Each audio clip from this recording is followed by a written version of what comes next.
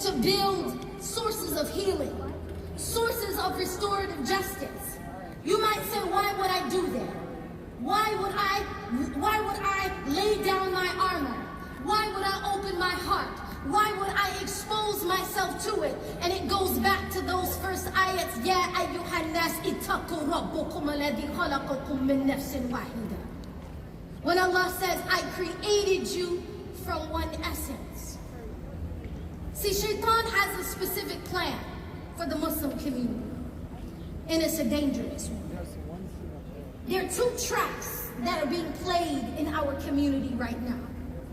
One of them is that if we get rid, see, and I want us to be clear about something, and I'm going to ask you a question. Will you allow me to speak truthfully to you? Because my teacher, I know many times he stands on this stage, Dr. Abdul Hakim Jackson, Dr. Sherman Jackson, he said it's one thing to speak truth to power. It's another thing to speak truth to pain. And many times that we're in so much pain that to hear the truth is something that almost is something we absolutely like to avoid. But Shaitan has a plot. And I want to tell you quickly what that plot is. When we talk about patriarchy,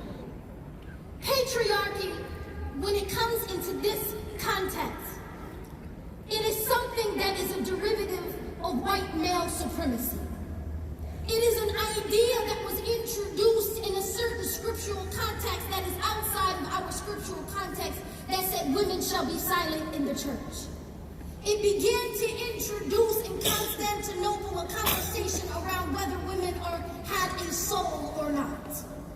This is outside of the Islamic tradition. But as colonialism and white male supremacy began to seep into our Muslim lands, begin to seep into our books, begin to seep in our understanding, there became a dormant enemy. And when that dormant enemy began to rise up in the form of a patriarchy that's not prophetic, Shaitan began to witness a great opportunity. And that opportunity was to say, now I can begin to separate them. Because as we are very famous with the hadith of our beloved Messenger of Allah, alayhi salatu wasalam, we know that Shaitan, he doesn't rest until he separates three groups of people. The husband from the wife, the parent from the child, and the student from the teacher.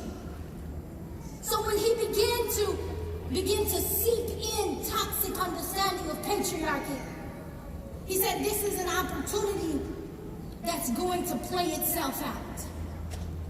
That eventually these women, out of their pain, out of their trauma, they're going to call for the removal of these men.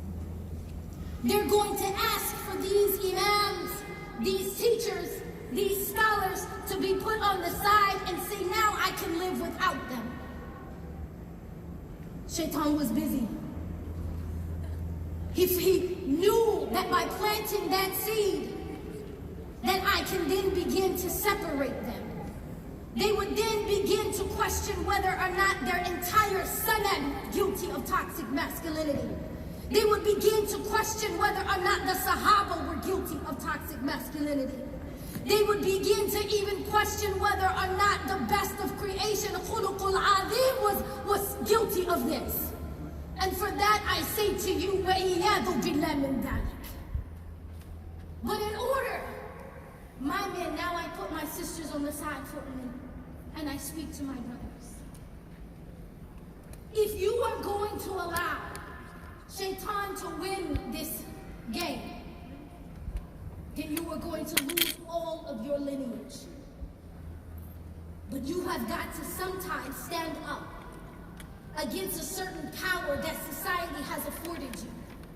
And that power is reaped. Your ego will begin to crave that level of power. Your soul, your nafs will call to you and say, I'm deserving of a certain position. And yet, it will keep you from the told you, الرجال قوامٌ على النساء, that men are the maintainers and protectors of women. It meant that they would stand up for them. It meant that they would maintain that which was to make sure that they were protected from the elements. It meant that they would protect the woman even from their most evil ego or from their own